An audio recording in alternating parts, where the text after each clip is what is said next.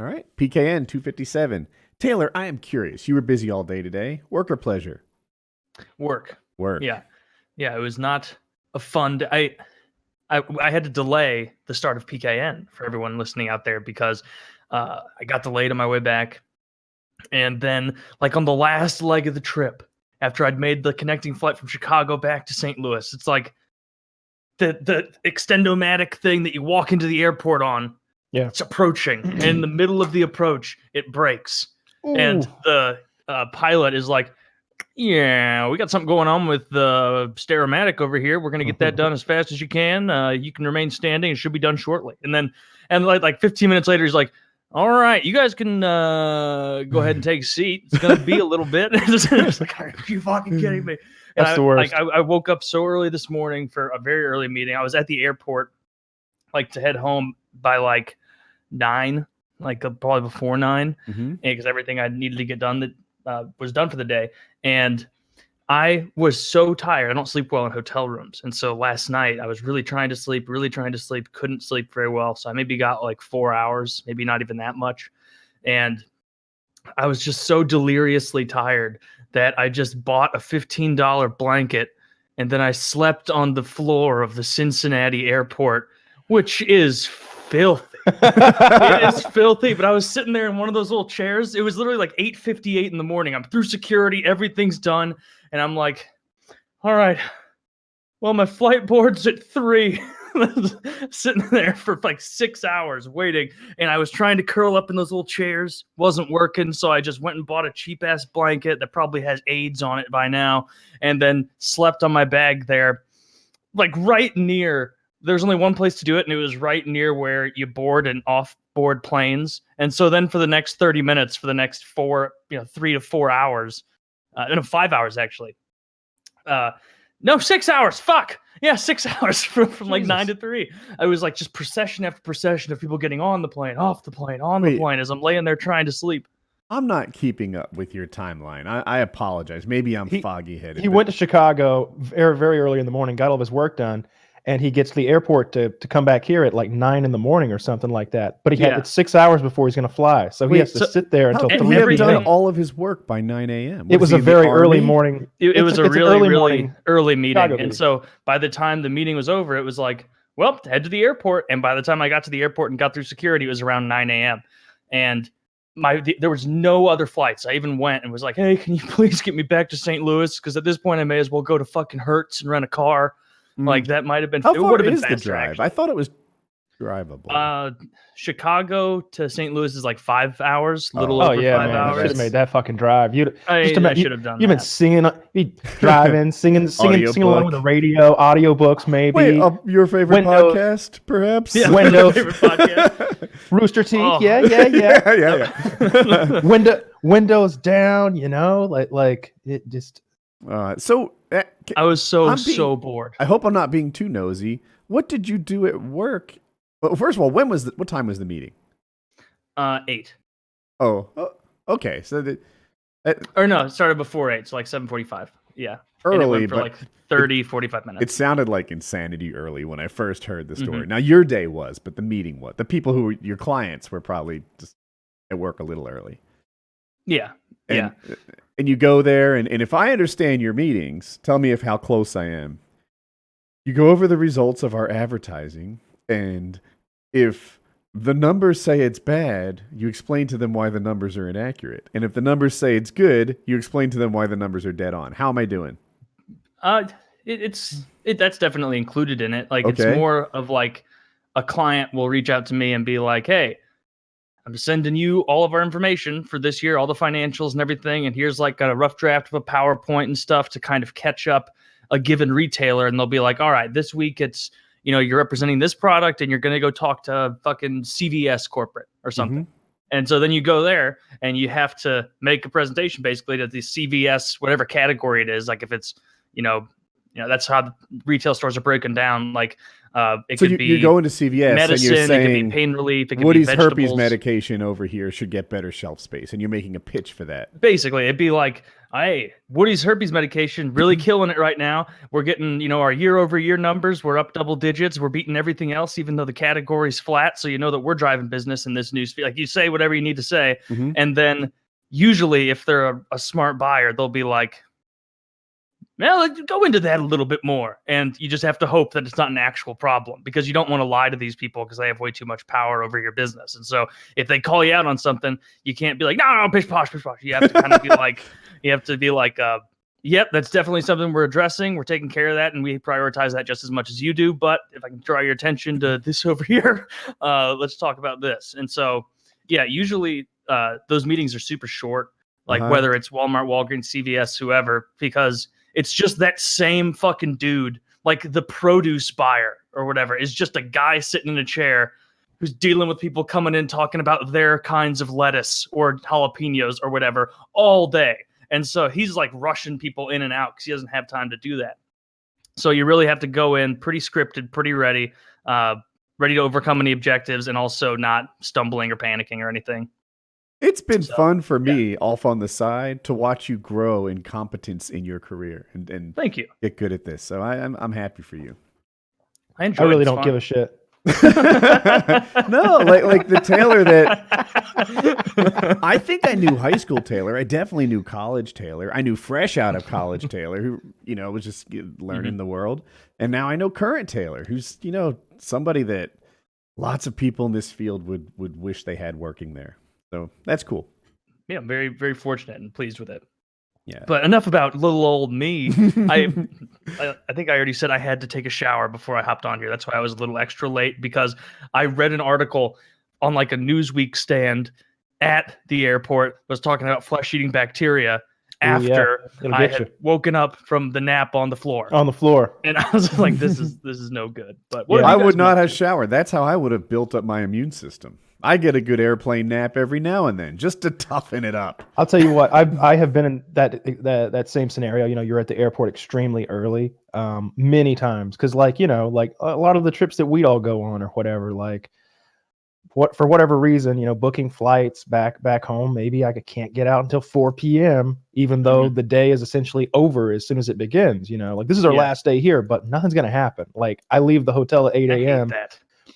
and I can't get out until 4 p.m. Like I guess I'll just try to get to the airport early, and I'll click that little button at Delta that says, would you like an earlier flight? It's like, fuck yeah, I would. How fast do I have to run?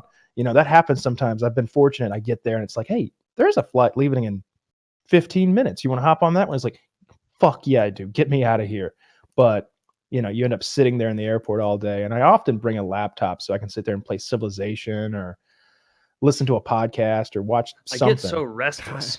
Kyle's lucky. So Kyle takes the Atlanta airport, and when he says, "Yeah, I'd like to get there early," there's probably other flights headed to Atlanta. It's oftentimes probably 100 of them. Yeah. That button for me says, "Hey, would you like your layover to switch to 6 hours?" And it's like, fuck no, I guess I'll just walk around Chicago, because there's only so many flights going around. To get into the St. Louis airport, it's like, yeah, you'll take what we give you and you'll like it, bitch. Yeah. I missed my flight last year. It was the first time I'd ever missed a flight. I was at JFK one time, and they only had one security line for all of JFK. Mm-hmm. Still made my fucking flight, though, because everybody was slow.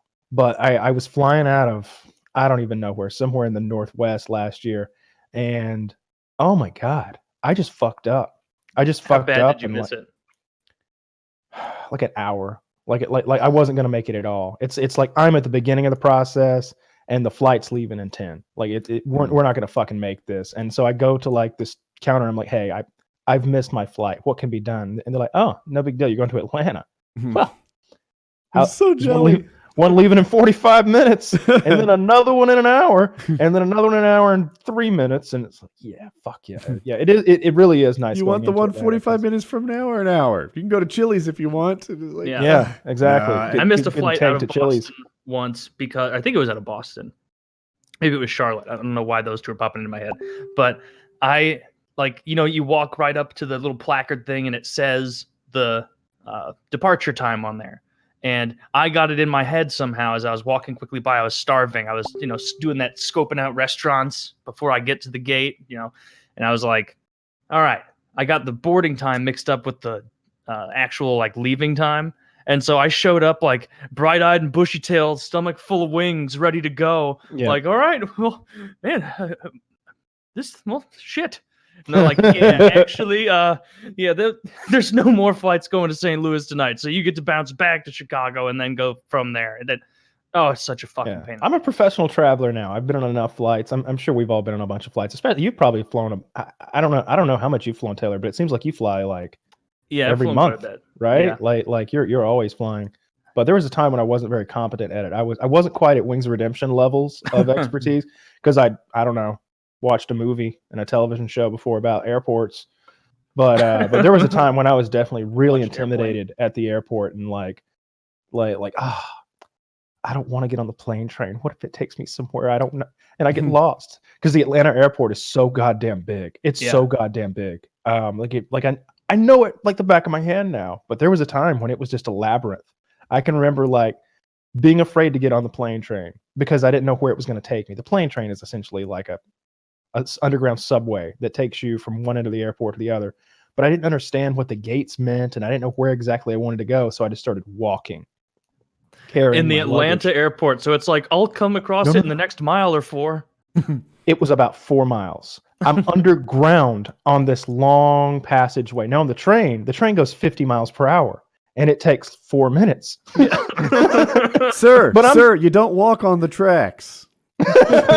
Well, they have like a thing you can walk through, and as you're walking through, they've got all this like catwalk. There's always maintenance going on down there. It is kind of shady. It's like it looks like a New York subway, like the side of the tracks a little bit, but it's all you couldn't jump on the tracks if you wanted to. That's not a thing down there. But I just remember when I finally got done, it was after like one of our paintball trips, and I was just like breathing hard, covered in sweat, like not like sweat on my brow, like sweat in my eyeballs, like burning into my eyes to the point where I'm occasionally I'll stop. Like I took my button up shirt off and like wiped my whole face with it, and then just like tied it around my waist and kept going. Wait, are you just shirtless at this point? Am I understanding the story right? We got an undershirt on and everything. Okay, yeah. I'm like, I thought he went like Lord of the Flies on this shit, I'm like Rambo down there, like ripping my clothes apart. I found a stick and put the little ball in a hobo shirtless. He's got his little bindle. Yeah, is that what that's called? Up there. Yeah, I think so. Yeah, so you showed up at your gate, sweaty and feeling like shit, and everybody else at your gate is like, oh, he's headed home. See, I'm heading home. Okay. Like home is just my dad's out there somewhere waiting to pick me up. He's out there, and he's just like, "What took you so long?" And I'm like, "Thank God you're here. Thank God do you have water?" I never. I didn't want to spend $11 on another airport water. Yeah, I never had that. I guess I was a kid when I first started taking a lot of plane trips, so I was the assistant. Just follow your parents around, and so my first time alone, it was okay. You ever they ever lose your luggage? Yes. Like completely lose it? No, usually it's almost a positive thing. Like if the airline hasn't lost your luggage, there is a very good chance what they're actually saying is not we lost your luggage, but hey, we'll bring it to your hotel tonight. And I don't know if things have changed, but like the airline employees get money for taking your luggage to your hotel. They'll be like, dude, random luggage handler, would you like an extra $50 to take Woody's bag to his hotel? And they'll be like, yeah. That's like 10 minutes out of my way. That's a good use of my time. And really, like, I have never had them not return my luggage either by the next morning at the latest. And it just means you don't have to carry it. They lost Kitty's bag one time when we were flying into Chicago, and then they lost Kitty's bag once when we were flying into Atlanta back permanently. Home. It took a day and a half. Like they sent it to like another state, and like it got on the wrong plane and just went bye-bye. But the time that they lost it on our return journey, they had to drive that shit to Hartwell from Atlanta. It's 2 fucking hours. Did you used to live in Hartwell? 2 fucking hours. On Lake Hartwell. Lake Hartwell's so big, dude. It's like It must it's be not super like near me. I mean, I'm sorry to cut you off in your story, but I go to a boat ramp in Lake Hartwell for What's the town? Hartwell. Oh yeah, of course. Yeah, it's where I'm from. Yeah, You're you've been there. from a nearby town. I'm not going to out you or dox you. Yeah, I'm pretty sure it's well documented on the internet. But I'm not yeah, part of the problem though. yeah. Hart County is adjacent to Franklin County. Hartwell is like that's the town that we would often. That's the Walmart that I got arrested in, like way back when. You know, when I was open carrying. I've been to the Home Depot. You know, Scott lives in Hartwell. Okay. You know, that's dude. One of these times, I want to take you for a tandem paramotor flight. I know it hasn't been your passion. I'll do it sometime. I would be willing. You know, I have no fear of heights, and I like views. It'd we be can fun. instill some. Oh, no. More seriously, the way tandem paramotoring works is like whatever you want is what you get, right? You know, you want a short flight, a long flight. You want to do acro. You want to go straight and level. We'll do that. I'm gonna do you like that helicopter pilot that Bill Burt has that whole bit about. It's like, all right, and if you look off to your left here, you'll see beautiful Lake Hartwell. And hey, what are you doing with that harness? Yeah, don't touch that. Don't touch that. And off to the right, you'll see the Great Smoky Mountains. Hey, what are you doing? Wait! No! He's so good with that bit where he's like, seriously, dude, don't fucking touch that buckle. You need that. Like, What's with the door? Stop! Keep your seatbelt on. Anyway, here you'll see this. And he's just like, no.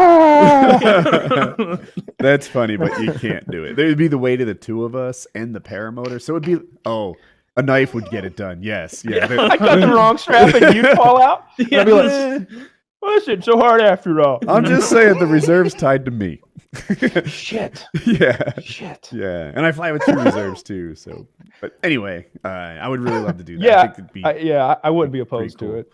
You know, I there's not much I'm afraid of. I am hesitant to jump out of an airplane, but I think if I got up there, I'd do it. I have this worry that it just won't be very fun. I've done it. Did I tell you? I that? think it seems. Yeah. You've talked about it before. Yeah. I just have this worry that it's going to be like, this was a lot of nonsense for nothing. This isn't great. I really like being in aircraft and doing silly things. Like I always enjoyed being in helicopters and like having a pilot who didn't give a fuck, who seemed like he had a bit of a death wish.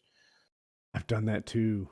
Yeah, I've been in a couple Being really helicopters low. like that. Yeah, and I did this shoot where they got a Vietnam vet to fly a Huey, and there was a minigun. We shot at the side of it and stuff. And but like, I don't think he scouted for power lines or anything. I think he was just sort of hoping there weren't any. And That's not a good. and it just like the way he was curving and low and you know there's a minigun with tracer ammo shooting out the side and stuff. It was distracting all of us. I really feel like he does that. Well, shit, he was a legit Vietnam vet. Maybe he's good at it. I was going to say it was distracting. That was a minute ago now. Yeah. Well, the shoot was still 5 years ago, so he was younger then. Yeah, they're old as fuck. A lot of those pilots are. You know, they've been doing it their whole lives. But yeah, that's always been fun. Have you ever seen like a person walking around with a World War II veteran hat? Like, have you seen that in the last year?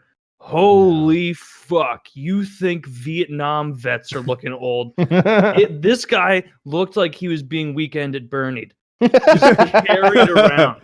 Dude, I saw he was death's door. There's no way that guy that I saw like 2 months ago is alive today. 0%. 0% chance. The guy I'm thinking of, right? He had a Vietnam vet hat on, and it was a while ago. It was during the fitness competition, I think. Mm-hmm. But he was a Vietnam dude. Like it was a Vietnamese restaurant, and he was from Vietnam, and he had a Vietnam vet hat on. And I'm like, yeah, exactly. What side were you on? Hey, Jojo, which side?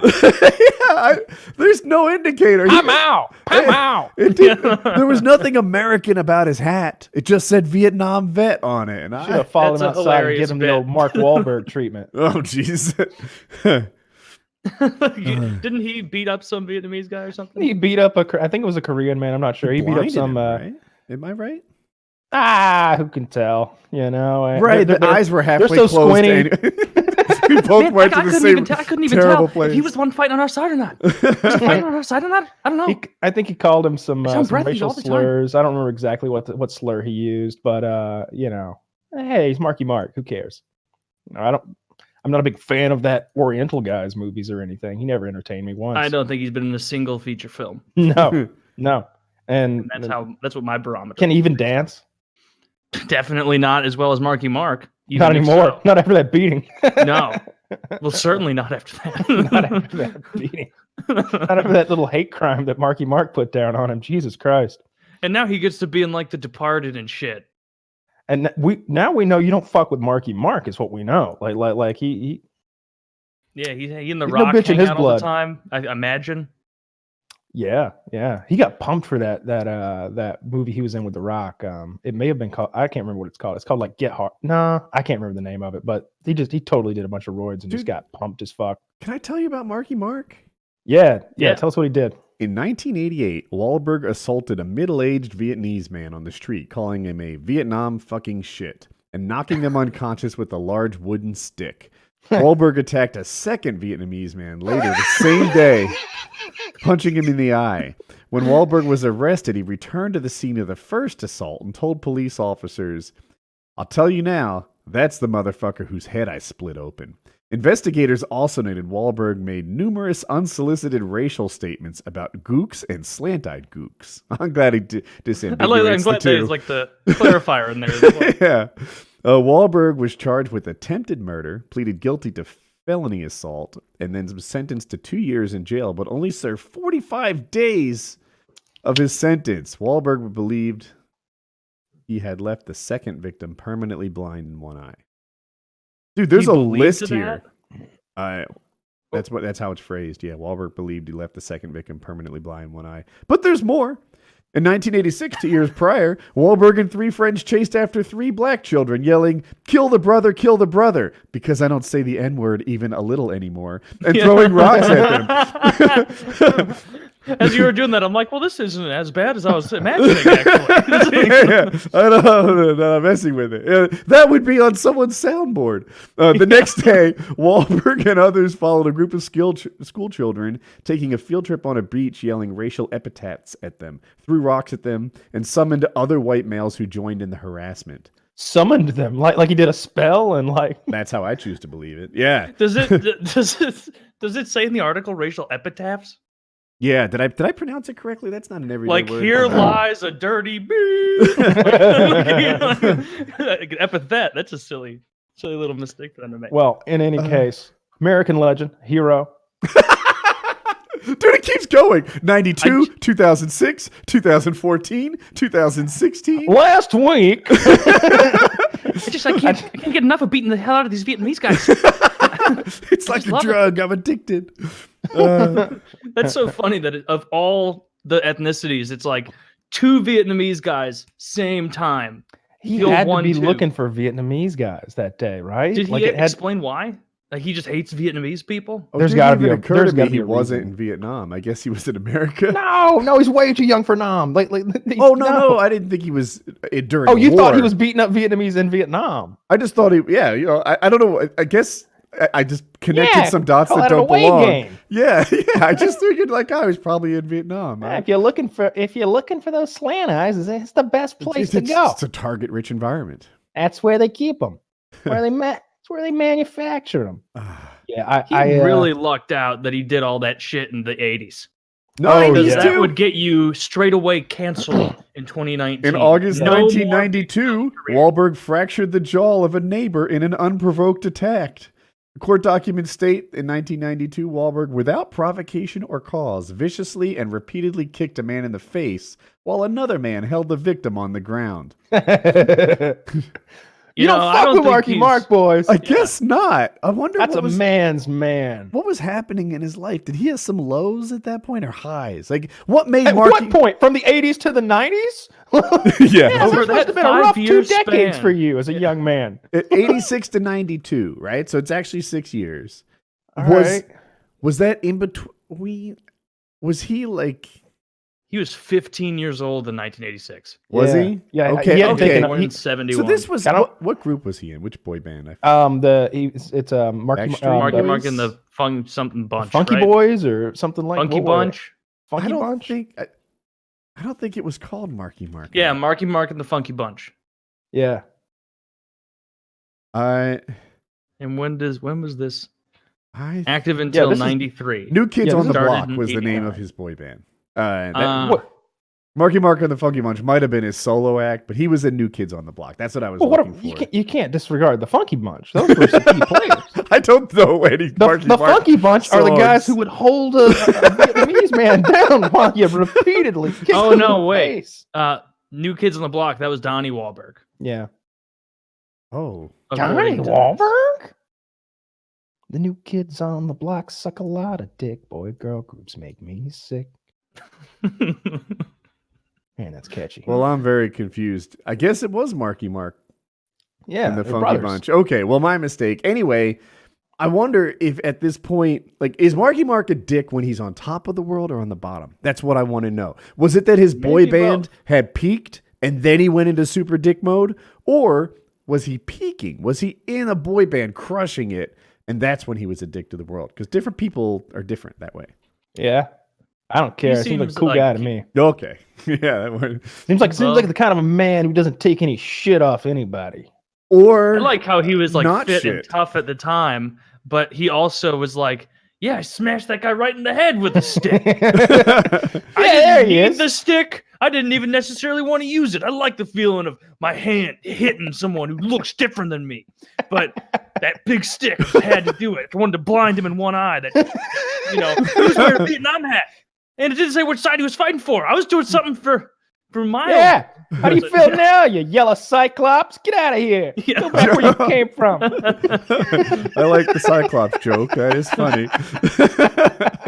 And back then, it was Oh. just like Marky Mark does this and that, but new song came out, very catchy. On to that. Look at those dance moves.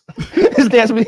There's like a lot of punching and like a lot of stomps. Yeah, in his- right. Yeah, in a lot his of punching dance. and stuff and elbow drops, things like that. It's like, Stomp, stomp. 1, 2, stomp, stomp. Yeah, yeah. do you think this is the kind of thing that might hurt his chances at doing 13 Scorsese movies throughout his career? No, I don't Nope. think so. I think Nope. it solidifies it. In fact, I think he'll be fine. I think he'll be just fine. I have a different topic. Yeah, So hate crimes? I read today that Leonardo DiCaprio was the last big movie star, right? And this is how they defined it. They said there are a lot of other movie stars, but like they said Robert Downey Jr., for example, doesn't bring tons of box office success if he's not Iron Man, right? Chris Hemsworth, right? If that guy does a rom-com, people don't come to see it. Meanwhile, Leonardo DiCaprio can do an R-rated movie about a guy who crawls through the snow or something, and it's a huge blockbuster. Leonardo DiCaprio can do anything. He doesn't do a ton of movies, so like if I see Leonardo DiCaprio does a movie, even though he's not my personal favorite, I'm like, well, this is a guy who's very selective in what he does. Mhm. So it's probably an event. I like Tom him in Han- pretty much everything. Tom Hanks, Still? Tom Cruise, Brad Pitt. Still? Like, Yeah. is that, you Oh, think that's true now? Tom Hanks movie's about to come out where he's Mr. Rogers. It's gonna be massive. I would think Brad Pitt for sure. And think about that. Like, this isn't like, oh yeah. I mean, Tom Cruise is gonna do Top Gun, and I predict that to do really, really well. But that's a cool fucking movie. It's Tom Cruise is coming back and he's reprising his role and he's gonna fly a fucking fighter jet and it's gonna be slick and cool and the music's gonna be great. All right, we're gonna go watch that, of course. But Tom Hanks is gonna play Mr. fucking Rogers. If that is big, then It'll be you're massive. right. Yeah, if that's as massive as you predict, then you're just totally right. He belongs in that list. Top Gun, I would say, is not a good candidate. Like, is his name Henry Cavill? Who's Superman? Yeah, Henry Cavill. Sounds right. Okay, if he played Maverick in like a Top Gun reboot of some sort, I think it would also be pretty big. No way. No way. You don't think so? No. Tom Cruise brings the magic, man. Everything he's done for a long time has done quite well. Those Mission Impossible movies are still just blockbusters every time he makes one, and they're great. They're great. Like it's the only series I can think of where like, oh yeah, the 5th one's good. Oh, the 6th one, oh, it's great. What about the 7th one? I think it's better than the 6th one, frankly. Ever see this style of YouTube video where they're like, "Hey, rock climber watches rock climbing movie. CGI Yeah, expert very popular right watches-" now. Okay, I watched one where it was stuntmen watch stunts, and they were tipping their hat to Tom Cruise. They were talking about some of the aerial stunts he does, like hanging out a plane or halo jumping or whatever. Tom Cruise is the only guy who does that. That if it was anyone else, it would be done in CGI. But I'm saying other stuntmen don't do the stuff that Tom Cruise does. Yeah, he really pushes the envelope. That's when I was watching the Top Gun trailer with some friends. I was like, wow, man, it looks like he's really fucking flying that goddamn fighter jet. And I was like, Tom Cruise isn't really flying that fighter jet, is he? like, did he go learn to be a fighter? Is he at war right now? Are these movies just vehicles for Tom Cruise to live out his fantasies? Where he gets to fly a jet and Did Halo he just call jump? Trump and they're like, hey, you got like 4 wars going on over there. You're always put me in, coach. Put me in. Right? I'll pay for the plane if I wreck it. Well, that's all right. That's a good deal. Yeah, no, none of the other pilots are doing that. This is best offer on the table. Nobody else puts a deposit down when they take off. So yeah, fucking go for it, man. I'm trying to think, but it just seems like Tom Cruise does like Woody fantasy shit. I would love to hang outside in a C-130 while it flies around. That's an experience I would enjoy. I'd do that shit too. That doesn't look dangerous to me at all. I don't think there was any real danger in that. It was just probably it was not. Cool. Probably it was not. The interesting thing is that Tom fucking Cruise did it. You know, that he did it. The 100 millionaire who's like world famous did it. But if like some guy wearing a Red Bull costume did it on YouTube, you'd be like, what? You didn't saw it off at the end and then jump off? Like what the fuck? Look, I love Robert Downey Jr., but if there was a stunt that involved him jumping off a kitchen chair, they'd get a stuntman to cover it for him, right? But Tom Cruise, is he known for that? No, like I just made that up entirely. Yeah, that's not based. That's straight off the top of my head. I don't know. I would have believed you. Yeah, but Tom Cruise does ridiculous stuff. It's pretty cool. He's great. Yeah, I really appreciate all that shit he does. I like his movies. I say it every time he comes up. Incredible actor, great action star, and he can actually act.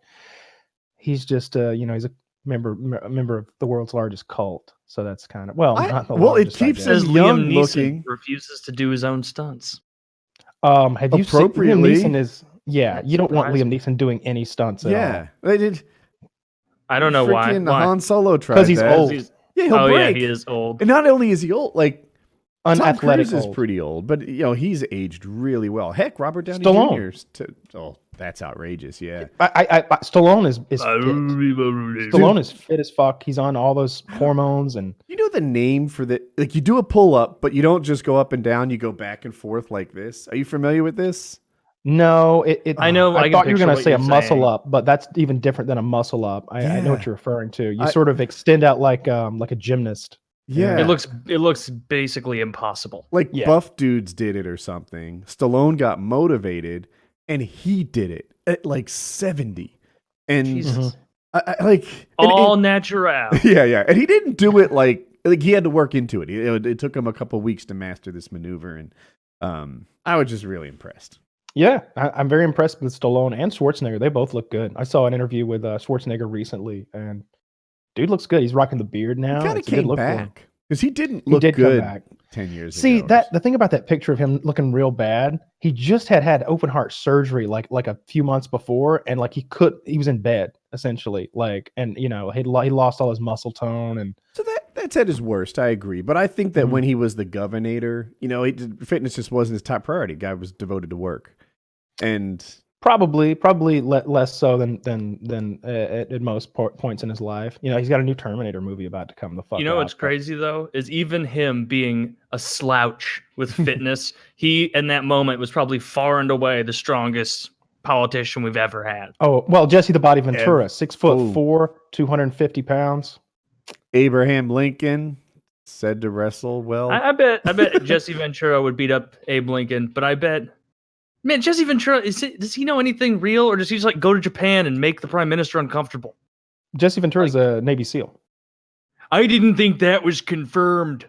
Oh, no, that's absolutely confirmed. That's a real he was thing. in the SEALs. I was a frog man. Was he actually a frog man? I don't remember his sounds anymore. Class of 58. I think he got ostracized. No, from like the 58 SEALs. class.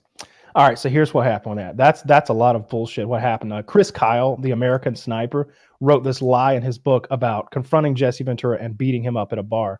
And Jesse Ventura sued Chris Kyle in civil court, won the case, and was awarded a lot of money because it turned out that Chris Kyle had in fact lied about Jesse Ventura, and a lot of the SEAL community backed Chris Kyle rather than Jesse Ventura, and that's although Jesse Ventura was in the right. Now there's a little twist to it that you left out, which is, I guess either he's basically taking it from Chris Kyle's estate, right? Yeah, that's a lie that the other side has told a lot.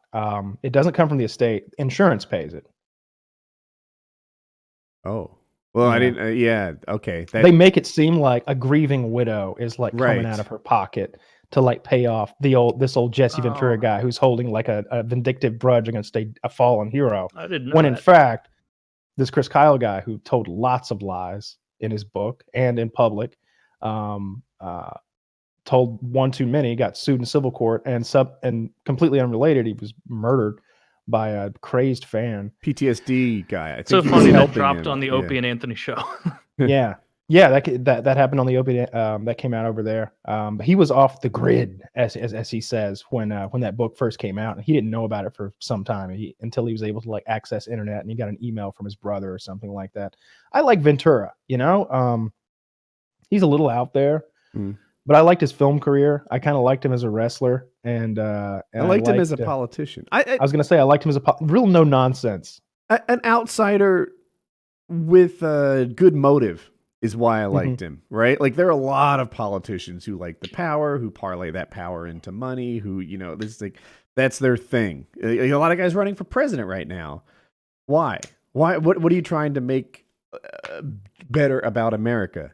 Oh, no, I just want to be president. It's really about me. Is how I feel for a bunch of the field. That's not how I felt like Ventura was. I felt like he was like, I can do this job. He wanted to serve the people of Minnesota. Yeah. That's what it seemed like to me. Yeah. I don't know if he was great at it, but if he don't know comes if from he a was pure either. place, then I like that.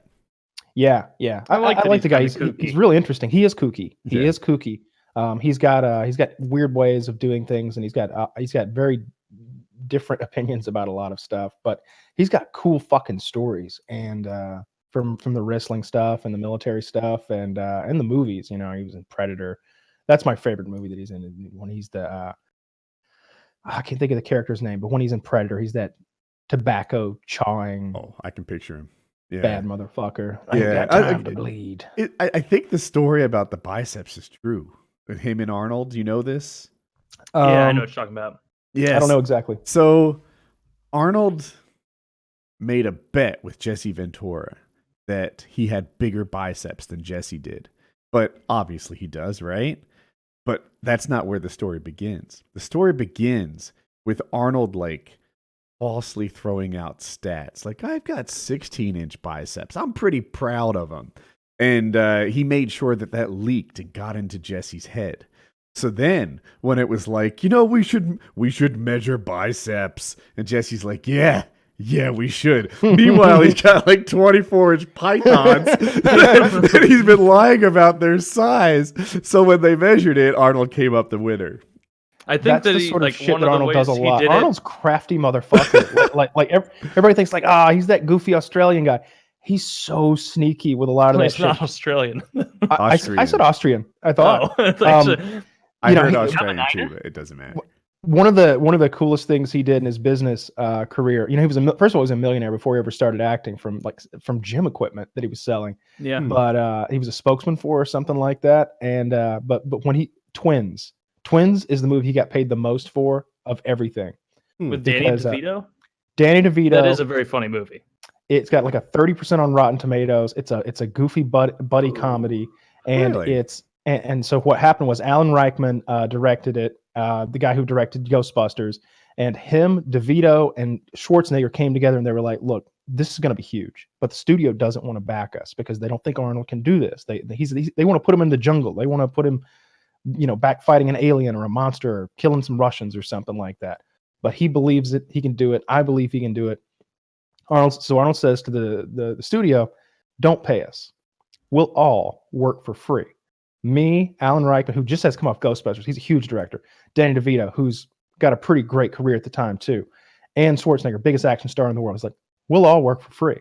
We just want a piece of the back end." So you can make this movie for $15 million. And they're like, sure. He got 20% of the back end on a $250 million gross. He made like 40 something million dollars or something like that. I don't remember the exact number. In In I like when I hear adjusted those money, it's like stories. the adjusted money is like 167 million. People betting on themselves. That's cool. Provided it's a good bet, I love it. I love it. I don't like it when people drop out of high school and bet on themselves. It's like I wouldn't bet on you. You can always go back. Geometry's too hard, but I've got this whole life thing under control. I'm gonna go out there and do it. Yeah.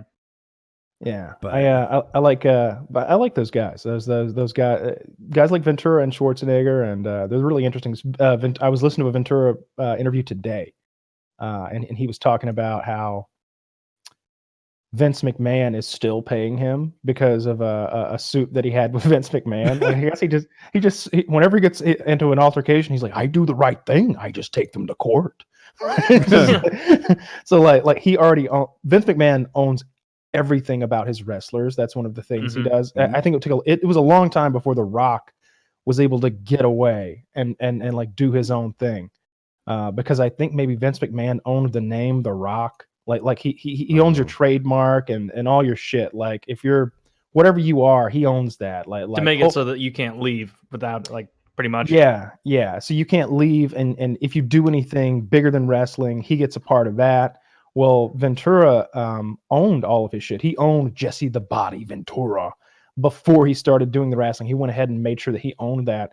And so he sued McMahon at some point, and now every time McMahon they sell a DVD of WrestleMania or they rebroadcast it, he gets a check every quarter. He's one of the guys they won't bring back for they bring all the old guys back for WrestleManias and shit like that. He's like, he won't bring me back because he knows he'll have to cut a check. That's funny. That guy's also pretty yoked. Is he still McMahon? Vince McMahon. My head was on Jesse. Jesse, not so much. He had an embolism or something like that years ago, but it just seems like he's not focused on. Or he's an old guy. You're not gonna pump iron forever. Yeah, he's like 70 years old. That's. Yeah, I mean, he needs to shave that hair. He's got that ponytail that kind of starts way back here, and everything's pulled back. He's got like the same kind of scalp look as Smeagol. Taylor, did you see Lord my of the tweet Rings. yesterday by chance? The you working out one? Yeah. Yes, I did. I liked it. Even I like seeing the progress. Yeah, that's great. Because I didn't see your tweet. I guess I saw a picture of your tweet or whatever. But you made some mention of like you're looking for people to work out. You're starting an army. Does it? What did you? Tweet? Oh yeah, I was like, it was more just like trying to be motivational. Like start working out. Like no more excuses. Go out and do it. I can't start my revolution with a bunch of skinny boys. That's what it was. Yeah. So I'm working out and my arms are all like pumped, bigger than they normally are or something. And I'm like, feeling cute, might delete later. I should take a shot right now while I'm all like the best version of me. So I take a picture and I see it, and the face I make is awful. Like I am flexing so hard, and I'm all red and stuff because I finished my workout. I just done squats, and my face is beet red and all sweaty, and I look terrible. And I'm like, no, I can't let anyone see that. I'll take another one of me smiling. And on my phone, it looked okay, right? Like I was like, and then afterwards, I'm like, man, I think the face I made went from a 1 out of 10 to like a 3 out of 10. I decided to run with it for some reason. But yeah, you shouldn't feel bad about it. I didn't notice you making a goofy face at all. It's there. It's there. But that's really good. Yeah, I've this time around really making some gains. I haven't been doing chest. So I haven't been getting injured. Like it was always the bench press that hurt me or dips that hurt me. And like your shoulders? Yeah, exactly. Yeah. And I've started doing more. I do bench press on rings. Gymnast rings, the ones you hang on, and I can't iron cross, obviously, but doing push-ups on those makes you pull it in together. And I don't know. I guess I've crossed my fingers. I haven't been injured this time around. That's always what knocks me off my game, and I'm feeling good. Excited. Yeah. It's tempting to want to go way too heavy because you can be like, I could kind of do it, but then you end up fucking yourself up, and then you're out of the grind for a while. How did you get your shit starting to come together? Your home gym or anything? No. Okay. So and no T info at all. I still haven't called him. Yeah, Just give him a ring. Taylor, he's busy. It takes weeks to make a call. Yes. Back off, would you? This is more of an August delay. I started adding dumbbell bench presses. Mm-hmm. And part of the reason is there's no comparison. I think I do 30 pounds, which I think is really light. But I'm sure you bench press, and I don't know what your weight is. But it's like, oh yeah, they're incomparable. Yeah, you can't measure my dumbbells against somebody's actual bench. I don't know. It takes all the pressure off and lets me work with low weights. And that's good. Yeah, and like, I don't know. The more I try to learn about this stuff, the more like the real experts and the huge guys always give the advice of like, you trying to max out your 1 rep max and do all this stuff and just see how heavy you can get it. Like that's just for you bragging. Like, if you actually want to build strength and get stronger, like, don't be a fool. Take it slow. Like, don't ratchet up the weight too high. If you feel a pain, don't think you're being a macho man by pushing through. Like, if you recognize it's a soreness pain, obviously that's fine. Like, if I'm benching or squatting or something, my hamstrings are sore, my quads or whatever, then I push through that. But if it's like a shoulder, like, kind of sharp thing, then no, don't. Just take a few days off. It's not worth it. Yeah. Especially shoulders. Shoulders get fucked up so easy. That's been my hardship. That's what always knocks me off my game. I got 2 things in my head. One, Athlete X is always talking about what a great exercise you could get with ridiculously light weights. Right? Mm-hmm. He's like, lay on your belly, just put 5 pounds in each hand and hold them behind your back. And I'm like, yeah, that does look really hard. Like it'd be hard just to lift my arms like behind. No, me. and like looking at his body, you're like, well, I trust you entirely. Yeah, like, it's his resume. And the other, you know who David Goggins is? That sounds familiar, but I don't know. Yeah, he's got a really good Joe Rogan interview. He's this like super motivated man who like does marathon runner. He's an ultra marathon runner. He's that guy who like ran and like all the bones in his feet were broken.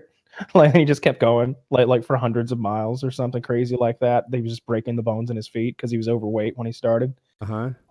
And I can't remember who the third party was, but he was telling a story. Like Goggins does an interview with Rogan, and he's this super like intense guy. He's like he was the one who was talking about like listening to music when you work out. He's like, it's bullshit. You don't listen to music when you work out. Oh, that's gonna give you a pump. That's gonna keep you motivated. What about when you're in the alley and that guy's got a knife and he's coming for you? You got your headphones on now, boy? I don't think so. It's like, whoa. My favorite song is My Heartbeat. Thump, thump, yeah. thump, thump. It's like, well, I'm not deadlifting to win a fight in an alley. Yeah, well, look at how easily I can pick up this full restaurant trash can, felon. What are they going to do? Be like, oh, thanks for holding that above your head. Now I can stand. I can push a dumpster. This other guy wanted to get into shape, and so he called David Goggins, and he's like, yeah, I want to get into shape, man. He's like, are you serious about this? Like, yeah. All right, I'm coming to live with you for a few months. We'll see. He's like, well, I got to talk to my wife first. I'm on the way. I actually anticipated this. I'm here. Bing bong. What's going on, rookie? Why aren't you in your sweats? Let's go. No, you don't need I shoes. feel Let's like go. if this guy got attacked in an alley because he's an ultra marathon runner, he'd be like, and if someone tries to attack me in an alley, I turn 180 degrees and I run 300 miles in the other direction. So is David Goggins, like, I was about to ask that, if you use his body as his resume, what do you think? He'd murder you. He's so strong. Oh, he's a Navy SEAL. He's a Navy SEAL. Yeah, like, he's so intense. He knows all the moves. He's like a runner, so he's got lean strength. You said he was fat early on, and then just now he went through these phases. Yeah, like he went from fit to fat to fit again. Oh, and, but right now he looks fit. Right now he's insane. Oh, okay. Like he's got this Instagram video where he's doing those pull-ups where you're just holding a rope wrapped in tape and just pull like just a rope, and he's just squeezing the rope, pulling down on them, doing these chin-ups, and while he's doing them, he's like, there's music playing in the background. He's at like, I don't know, the University of Miami's football gym or something like that. He's like, these boys in here, they gotta have that music playing. Ha ha. I don't need no music. Like that makes him better. He says it does. He says it does because like you know, you're not gonna have music when the shit hits the fan.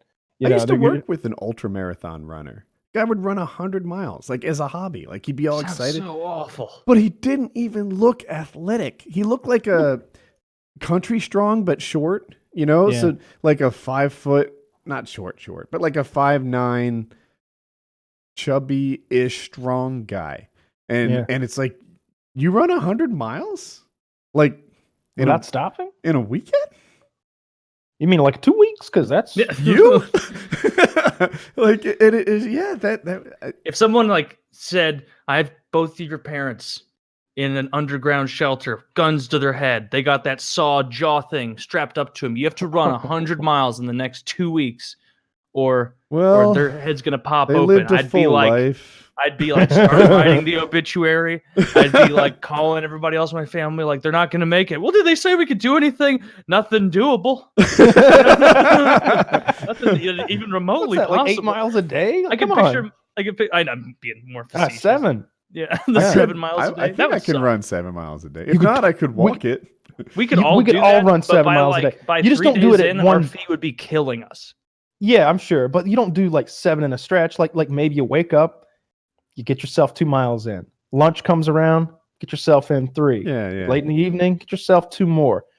You've had a rough day, but I've been hiking with a full bunch of stuff on my back and a bear-proof canister. 12 miles a day, 14 miles on a long one. I mean, I would put on a pedometer when we go to like SHOT Show or something. Mm-hmm. You do 11 miles without even realizing. What's a lot of steps for you?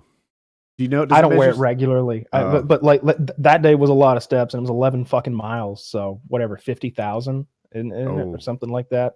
That would, I'm just doing some stupid math in my head. That could be way off. You know, like 5,280 feet times 10 miles. Yeah, I wore one at some. I'm doing more than a foot per step. Almost 3. Yeah.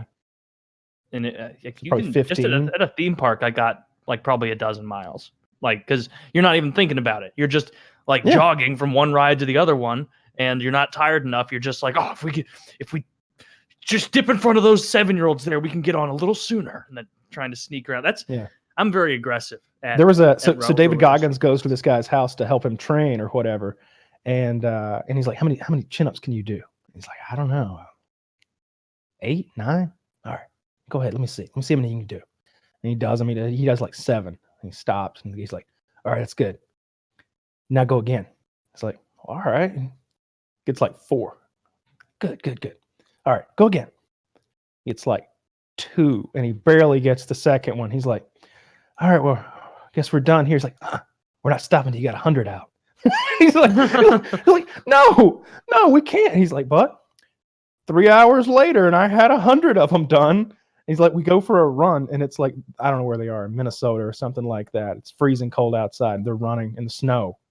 He's like, there was a weather warning. He's like, Dave's like, come on, let's go for a run. He's like, no, the sirens are going off. They're warning people not to go outside because of danger. He's like, yeah, perfect time. Let's go. And he's like, so we're running in the blizzard, and we come upon a frozen pond. And David's like, get naked. I said, David, like, frog crawls out into the pond and like monkey smashes a hole into it and just goes in. And he like pops up. He's like, come on. This is really dangerous. Day 1. And Rogan's training. like, is it day 1? Rogan's like, well, what'd you do then? He's like, well, I didn't want to be a pussy, so I stripped naked and I went in. He's like, the worst part was coming out because you couldn't touch the ice with your skin because you just freeze to it and it'd rip your flesh off. So we had to put like shoes on my hands and like crawl up like in a weird way to get back out of the ice. He's like, I almost died. How fit did he get though? Did it work? Did he I didn't stick watch with the whole it? podcast. Oh, I wonder. Like, he lost 20 pounds that day in the form of his right calf. Yeah, right, from the knee down. Now in the Paralympics, times are much lower. Training with that guy would be terrible. Yeah, you can just check out his Instagram and you can see have a bad attitude. I'd be like, I'm never gonna run in a blizzard again. This isn't helpful, Mr. Goggins. I hate to mad though. Bring him up, but his wing's losing weight again. I want to hear that he's back at it. You don't know? I think he said maybe he was. The newest thing. There's actually a video right here if you scroll up.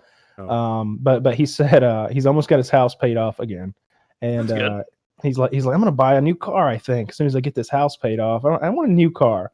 He's like, I either want a new Mustang and I'll sell this Mustang and get a V8 with a manual, or what was the other vehicle he said he might get, or he said he might get like a 4 or 5 year old F-150.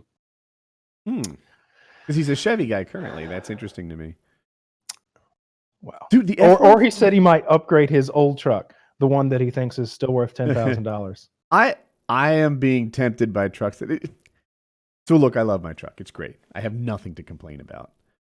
But Teslas drive themselves. And that seems like a quantum leap that other people don't appreciate for all that it's worth. I think once people get exposed to self-driving, even the current level, which is like learner's permit quality driving. You say that, but they don't get into that many wrecks. Like it's much lower than like actual drivers. You know, I've literally never been in one. I'm only as good as my sources. That's what you can go to sleep. All right, so you can go to sleep in that thing and let it drive you places. That is not recommended, but you see it all the time. You see it all the time. It's on YouTube. It's like, yeah, it's the new trend, right? Like, it's like they're like, look at this irresponsible piece of shit, and I'm like, what a cool guy. I see these things like there's a company called Rivian. I think I'm pronouncing it right. It's coming out with a new truck. It looks really neat, and it's geared towards like people living an adventure lifestyle as opposed to like construction workers. And I think it's pretty cool. And then Ford is coming out with an electric truck soon, like 2021, like not super long from now. And that is interesting. But as I process it in my head, I really don't even think about my engine or transmission all that often. What's new is the self-driving thing. The electronics are the part that interests me. And I don't know. I shouldn't be thinking about new cars. I just got one. I'm surprised you didn't just get a deuce and a half. That seems like what you need. like you get that deuce and a half. They're like $10,000. It's the opposite of go on, yeah. And then you turn it into that like van life mobile because you've got a huge amount of space in the back of that thing, like massive. And it does anything off road, towing, and you can 1 mile per gallon on diesel. It'll run gasoline, diesel, vodka, biodiesel. It'll run on lighter fluid. Like those engines just run off anything. You could if you don't have water, you can put snow in it. If you don't have snow, you can spit and pee in it. Guy who got poisoned in the restaurant. I've been poisoned. He dies in the parking lot. So crazy. That mosquito says CIA on the side. Yes. God damn. Fuck was that? Sorry. I looked up Mark Wahlberg earlier in the show. Like this, did you know Conor McGregor called him out for a fight? Yeah. What was the scoop with that? Why is Conor McGregor calling out actors to fight? Oh, you think you can beat up more Vietnamese men than I can? I've personally blinded every single Vietnamese person that's ever stepped in Ireland. I think it was just being silly. Probably around the same time Bieber was challenging Tom Cruise. Okay. I think I think sometimes those guys. I think the mainstream media doesn't understand trolling very well, and I think sometimes people. I guess I don't. I'm like, where is this coming from? Like Michael Bisping the other day, he's clearly trolling. Said that he thought he would bet on Amanda Nunes versus Henry Cejudo. He's trolling, dude. He's trolling. Bisping but everybody ran with it. I saw an article today that said Michael Bisping had very nice things to say about Luke Rockhold, right? It's a minute long, and he spends like 50 of those seconds being like, people think I'm mad at Luke Rockhold. They think that because he was a total cocksucker leading up to our fight. This guy ran his mouth and gave me tons of material to make him look like a full-on ass. And then he ran into Left Hook Larry, and I laid him out. And then I did this to him, and then I did that to him, and I had my way with him. And then afterwards, he just looked like a total fool. And I don't like to see him get knocked out. I still see him as a person. We're not rivals anymore. And I'm like, what? How is that sweet and kind? Like you just reminded him of when you took his title from him. For most of this quote. John Jones is in a bit of legal trouble. Saw that. Look, sometimes you take a stripper, you lay her out, you smack her on the pussy, you put her in a rear naked choke and lift her in the air. Cool. They're going to make a big deal out of it? You know what? I think it's going to be fine. I think it's going to be fine. And here's why. The cocktail waitress said, "Hey, he slapped my pussy. There's $100 deposit if you want to do that." and I didn't get it. I feel like that alone. I'm like, all right, well, I think he's gonna be okay. I don't know. He didn't like slap some random lady on the streets pussy. He was in a pussy slapping establishment, and it seems like he just didn't follow the code of He might pussy have slapping felt to the letter. entitled to pussy slapping because of his super. He might have said, "When you're a star, they let you do it." That probably wasn't the only pussy that got slapped in that establishment that night, and he's just the only one who's had a complaint about it. That is possible. So as far as what happened that night, John Jones is convinced he's not in trouble at all, that nothing bad happened, and that don't believe everything you read. That I don't know why hearing that from him seemed like an effective defense, like in my head anyway. In this court of public opinion, I read it. I thought, this guy's off the deep end again. Then I heard him say, don't believe what you read. It's not true. And some reason I bought it. I don't know why. I think it'll be fun. But I will say, this motherfucker talks about how God is guiding him all the time. How he's a changed man. I'm not the guy doing coke and drinking and going to clubs. And that part of me is over. Now I am a focused fighter and family man. That's just how I'm wired. He's like, no, I'll smoke a little weed. Welcome to the new John Jones era. And then it's like, wait, you're abusing cocktail waitresses at strip clubs? Like, hell yeah. He is so not changed. Yeah, I don't think he's partying as hard, and it doesn't seem like he's doing coke, but he's definitely like always had that fake Christian thing, and that's the only thing I don't like about him. I don't like the eye poking too. I don't like eye poking from anybody. But yeah, I don't like eye poking from anybody. I will say that. But I love watching the guy fight. Looking forward to his next fight, and I love that he's just a villain. And he is a villain. Villains. Yeah. And it's my right not to like a villain. That is a reasonable response. Yeah. He's you he's can winning like heels if you don't and you like can like faces, but yeah, I'm not denying that. I thought we had a conversation the other day where I said I think he's fallen off a little bit, and you're like, who can beat him? I'm like, I don't know if anybody's better yet. Just that the guy. I thought of it. LeBron James. LeBron James, I think, is universally agreed is falling off a little bit. He might still be the best player in the NBA right now. You know, there's probably 5 guys who you could consider that, but he's one of them. But he's not as good as 4 years ago. So that to me is where John Jones is right now. Okay. I mean, yeah, that could be the case. Yeah, that probably is the case. I just think that, but he's still the best is the thing. Like I don't know anything about basketball at all. That's a stupid fucking sport.